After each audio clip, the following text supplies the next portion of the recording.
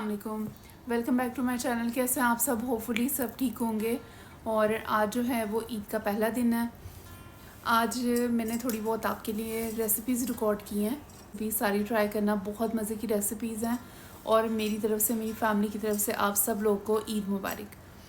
और इस वक्त जो है वो तकरीबन 9 बज रहे हैं और इस टाइम आकर मैं तैयार हुई हूँ। सारा दिन इतनी सख्त गर्मी थी, बिल्कुल भी तैयार होने को दिल नहीं चाह रहा था।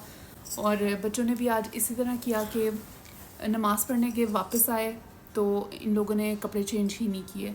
उसके बाद मैं कहती रही कि बच्चों तैयार हो, जो व्लॉग भी बनाना है, लेकिन बच्चे गर्मी से इतना उनका बुरा हाल हुआ था कि बिल्कुल भी उनका दिल नहीं चाह रहा था तैयार होने को। तो बस अभी इस वक्त जो है वो हम जा रहे हैं, तो मैंने सोचा कि आपसे जो है वो सलाम दुआ कर लूँ और उसके बाद आपने आज मेरा व्लॉग पूरा फुल वॉच करना है। वीडियो पसंद आए तो आपने लाइक करना है, शेयर करना है और अपने फ्रेंड फैमिली के साथ मेरी वीडियो को ज़रूर शेयर करना है। और अगर आप मेरे चैनल पे न्यू हैं तो चैनल को सब्सक्राइब करके जाइएगा, बेल के आइकन को भी ज़रूर क्लिक कर दें और दुआ में याद रखिएगा। वीडियो देखने का बहुत शुक्रिया। अल्लाह हाफ़िज़। आज का व्लॉग मैंने रात से ही बनाना शुरू कर दिया था। चांद रात थी और मुझे था कि मैं पूरा किचन क्लीन कर लूँ, चूल्हा भी साफ़ कर लूँ और जितने छोटे मोटे काम हैं वो सब अभी समेट लूँ, क्योंकि सुबह ईद है और काम जो है वो बहुत ज़्यादा हो जाएगा। तो रात में ही पूरे घर की सफाई भी कर लूँगी। अभी इस वक्त तो सबसे पहले मैं किचन में आ गई थी और किचन में सबसे पहले मैंने सारे बर्तन धो लिए थे। शाम की चाय भी हमने पी थी और आज मैंने रैप्स भी बनाए थे और साथ में मैंने दाल बनाई हुई थी। तो ये सब चीज़ों के बर्तन काफ़ी ज़्यादा इकट्ठे हुए हुए थे, सब बर्तन मैंने धो लिए। और किचन की आज मैंने बहुत ही अच्छे तरीके से डीप क्लीनिंग की थी। उसके बाद मैंने तमाम घर की सारी सफाइयाँ कर लीं और जितनी भी डस्टिंग वगैरह थी वो सब मैंने कर ली और बेडशीट्स भी पूरे घर की चेंज कर ली थी, ताकि बेड वगैरह भी सेट हो जाएंगे ना, तो सुबह मेरे लिए काम करना आसान हो जाएगा। जस्ट मैं फ़ोकस कर पाऊँगी कुकिंग की तरफ। और उसके बाद कुर्बानी का सारा गोश्त उसको भी समेटना है, डिस्ट्रीब्यूशन भी करनी थी। तो इस वजह से मुझे था कि रात को मैं काफ़ी बड़े-बड़े काम कर लूँ, सफाइयाँ कर लूँ, बेडशीट चेंज कर दूँ और जो कपड़े धोने वाले हैं उनको भी वॉशिंग एरिया में रख दूँ। और इस तरह से जो बहुत सारे घर के बिखरे हुए काम थे ना, वो सब मैंने रात को ही समेटने थे।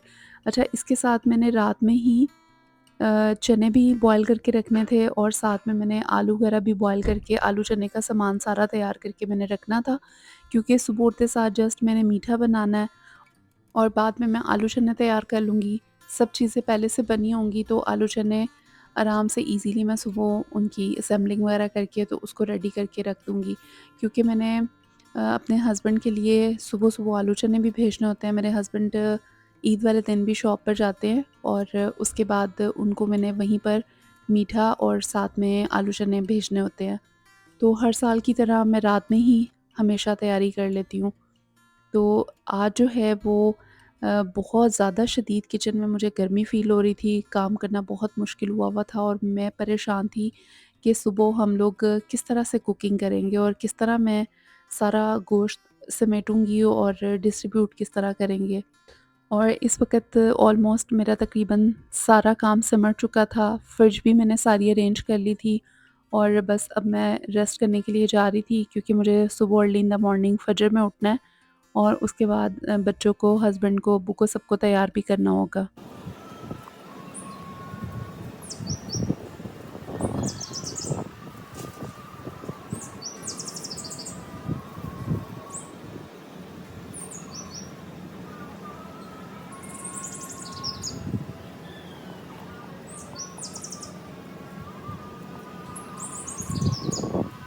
तो माशाल्लाह फ़जर का टाइम हो चुका था और बच्चे, अब्बू और हस्बैंड सब लोग रेडी हो रहे थे, क्योंकि हमारे यहाँ काफ़ी अर्ली इन द मॉर्निंग जो है वो नमाज़ होनी थी। नमाज़ तकरीबन 5:30 पर होनी थी और कुछ मस्जिद थी जिनमें 6:45 पर नमाज़ होनी थी। तो बस इसलिए जल्दी-जल्दी ये लोग सब लोग तैयार हुए और अ, रात को ही मैंने कपड़े वगैरह इस्त्री करके रख लिए थे, बल्कि वो तो मैंने दोपहर में ही कर लिए थे, क्योंकि मुझे था कि रात को मैंने जस्ट सफाइयाँ वगैरह करनी है, काम करना है।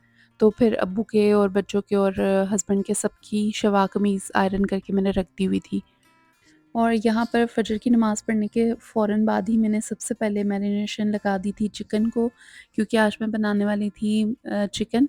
तो इसको मैरिनेट करने के लिए जो मसाले मुझे रिक्वायर थे, उसके लिए मैंने एक बाउल लिया, उसमें मैंने नमक, मिर्च, हल्दी, सूखा धनिया का पाउडर, काली मिर्च का पाउडर, साथ में थोड़ा-सा फूड कलर और थोड़ा-सा चाट मसाला ऑयल के साथ मिक्स करके, तो उसको मैंने चिकन के ऊपर अच्छे तरीके से मैरिनेट कर लिया था। अच्छा, चिकन के पीसेस मैं यहाँ पे यूज़ कर रही थी, लेग पीसेस और ब्रेस्ट के पीसेस ना, तो मेरे पास 4 पीसेस पड़े हुए थे, तो इन सबको मैंने मसाला लगा के तो फ्रिज में रख दिया था। और इस तरह मेरा काम जो है वो भी आसान हो जाएगा। काफ़ी देर के लिए इसको मैरिनेट करेंगे ना हम, तो चिकन का मसाला जो है वो बहुत ज़बरदस्त लग जाएगा। अच्छा, उसके बाद साथ ही मैंने सेवइयाँ भी बनाना शुरू कर दी थी, और तकरीबन 1 एंड हाफ़ केजी मैंने दूध लिया था। उसमें मैंने रात के थोड़े से चावल बचे हुए थे, तो दाल-चावल मैंने बनाए थे, तो उसके साथ थोड़े से चावल थे, वो मैंने इसमें ऐड कर लिए। वो ऑप्शनल है, अगर आप चाहें तो ऐड कर लें, ज़ायका बहुत अच्छा आता है। बहुत मज़े की सेवइयाँ तैयार हुई थी। अच्छा, उसके बाद साथ ही मैंने थोड़ी-सी मोटी वाली जो सेवइयाँ होती हैं ना, वो इसमें शामिल कर दी, और थोड़ी-सी मैंने इसमें जो बारीक सेवइयाँ होती हैं ना, वो भी ऐड कर दी थी, जो हम शीर ख़ौरमे के लिए इस्तेमाल करते हैं। मोटी सेवइयाँ मैंने थोड़ी कम क्वांटिटी में ली थी, और जो बारीक सेवइयाँ थी वो थोड़ी ज़्यादा क्वांटिटी में थी। इन सब चीज़ों को मैंने दूध में डाल के तो अच्छे से मैंने इसको बॉयल कर लिया था। साथ मैंने हाफ़ ग्लास इसमें पानी भी शामिल किया था, ताकि ये सारी चीज़ें जो हैं वो थोड़ी अच्छे से पक जाएँ। उसके बाद मैंने थोड़े से इसमें शामिल किए थे छुहारे और कटे हुए बादाम।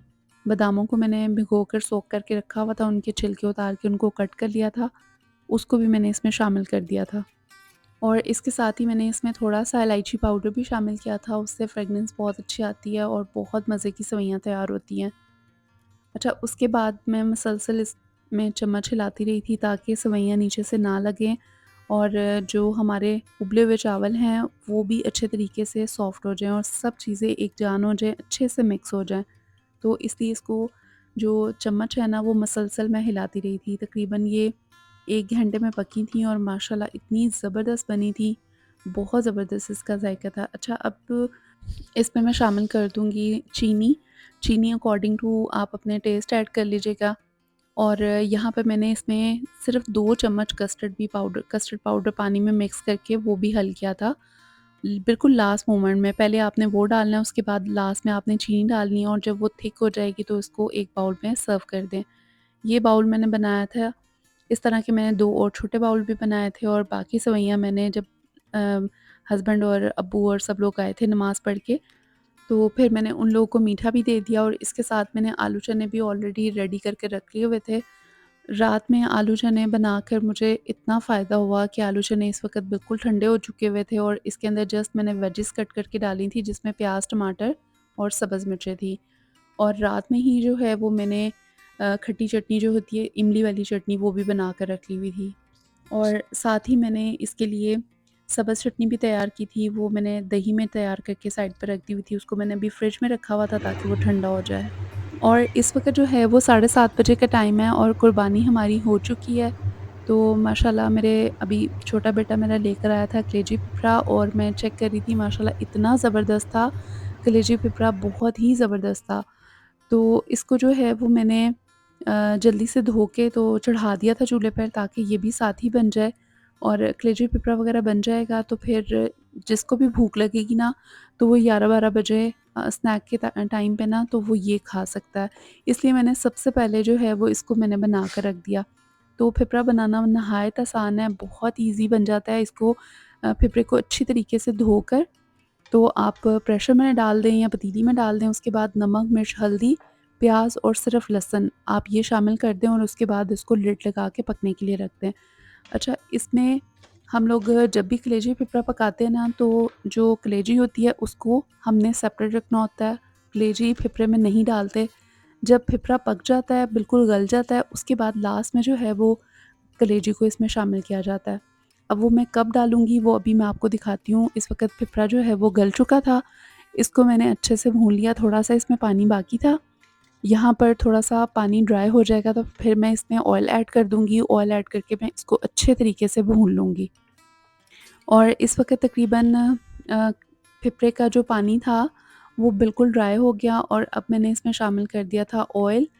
और ऑयल शामिल करके फिर इसको मज़ीद मैं 5-10 मिनट अच्छे से भून लूँगी और उसके बाद लास्ट में जो है वो कलेजी हम इसमें शामिल करेंगे। कलेजी को मैंने धोकर तो सेपरेट रखा हुआ था और कलेजी जो है वो मैं इसमें पूरी फुल ऐड नहीं करूँगी, थोड़ी-सी मैं बचा लूँगी और इसमें जो दिल होता है वो भी नहीं मैं शामिल करूँगी। दिल और थोड़ी-सी कलेजी जो है वो मैं रख लूँगी साइड पर और इस वक़्त जो है वो थोड़ा-सा ही मैं कलेजी जो है वो इसमें शामिल करूँगी क्योंकि कलेजी थोड़ी-सी सख्त-पोटी होती है, वो बहुत ज़्यादा मेरे हस्बैंड शौक से नहीं खाते हैं।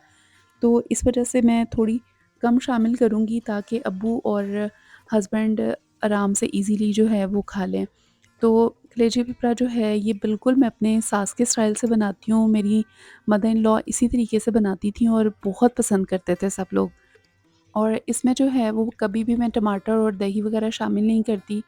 बस थोड़ा-सा प्याज़ और थोड़ा-सा लहसुन शामिल करके तो इसका मसाला तैयार कर लिया जाता है। अच्छा, इसमें प्याज़ की क्वांटिटी जो है ना वो भी आपने कम रखनी है। सही नहीं है उनकी। बहुत अच्छी बनाई है और वो कलेजी पिपरा तो मैंने बना भी लिया है। अभी माशाल्लाह हाँ, टाइम देखो 8:30 हुए हैं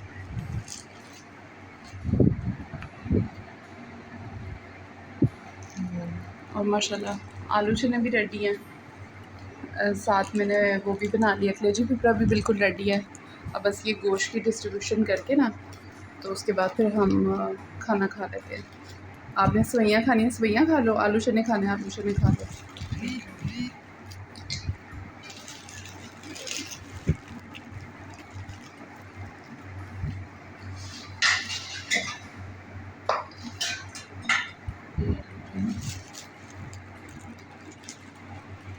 और माशाल्लाह इस वक़्त 8:30 बजे तक सारा हमारा जो मीट था वो भी घर आ चुका था और उसके बाद मैंने बस उसको जस्ट जल्दी से परातों में कन्वर्ट करके तो फिर एसी वाले रूम में रख दिया था।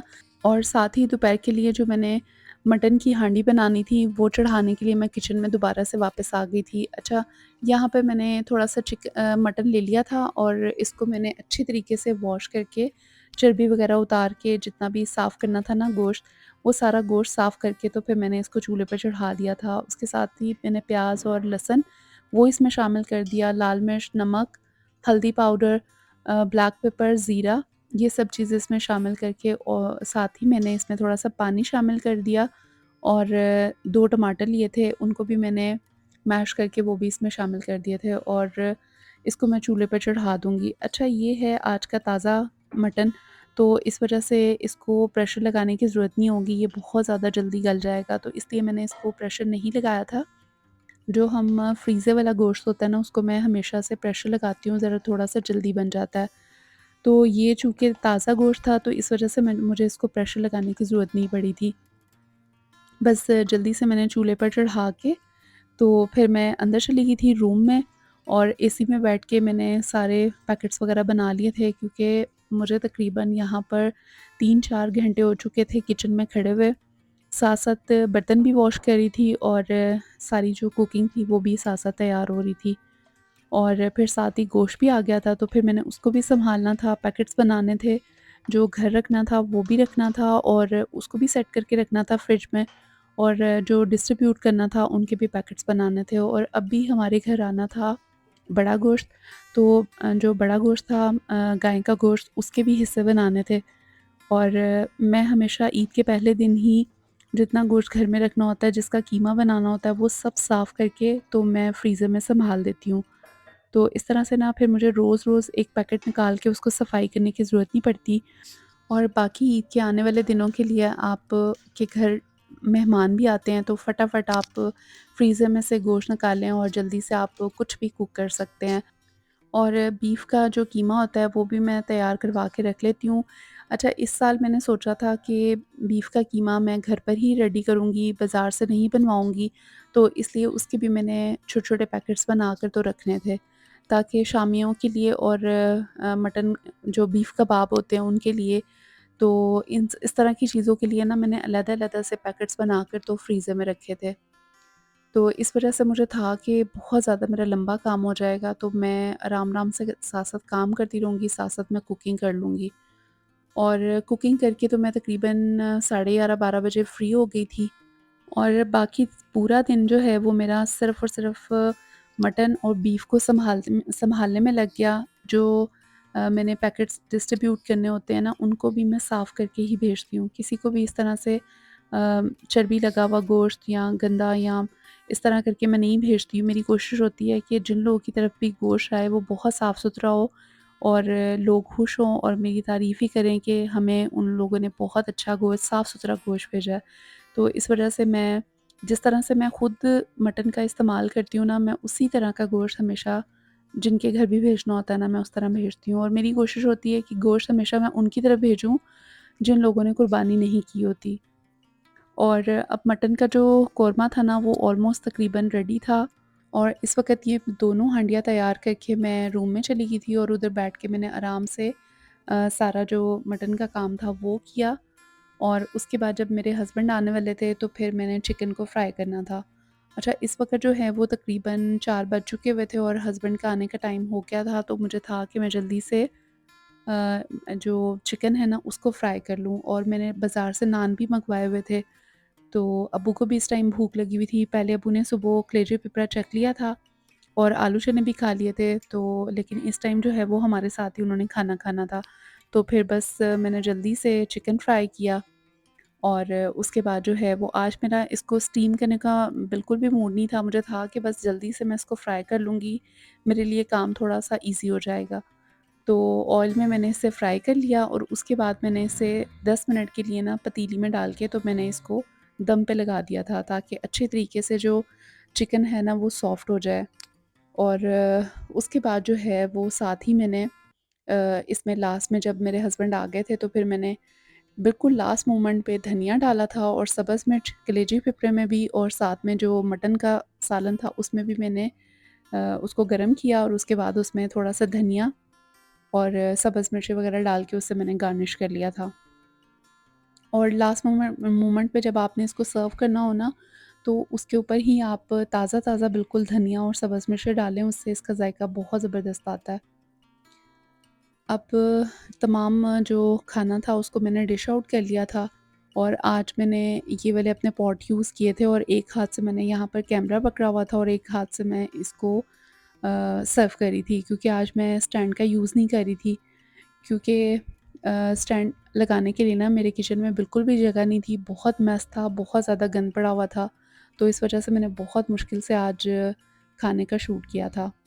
और ये था मेरा आज का पूरे दिन का मेन्यू, ईद का मेन्यू और ईद की तमाम एक्टिविटीज़ जो मैंने आपके साथ शेयर की। आपको मेरी आज की वीडियो, आज का ब्लॉग कैसा लगा? आपने मुझे कमेंट्स में ज़रूर बताना है।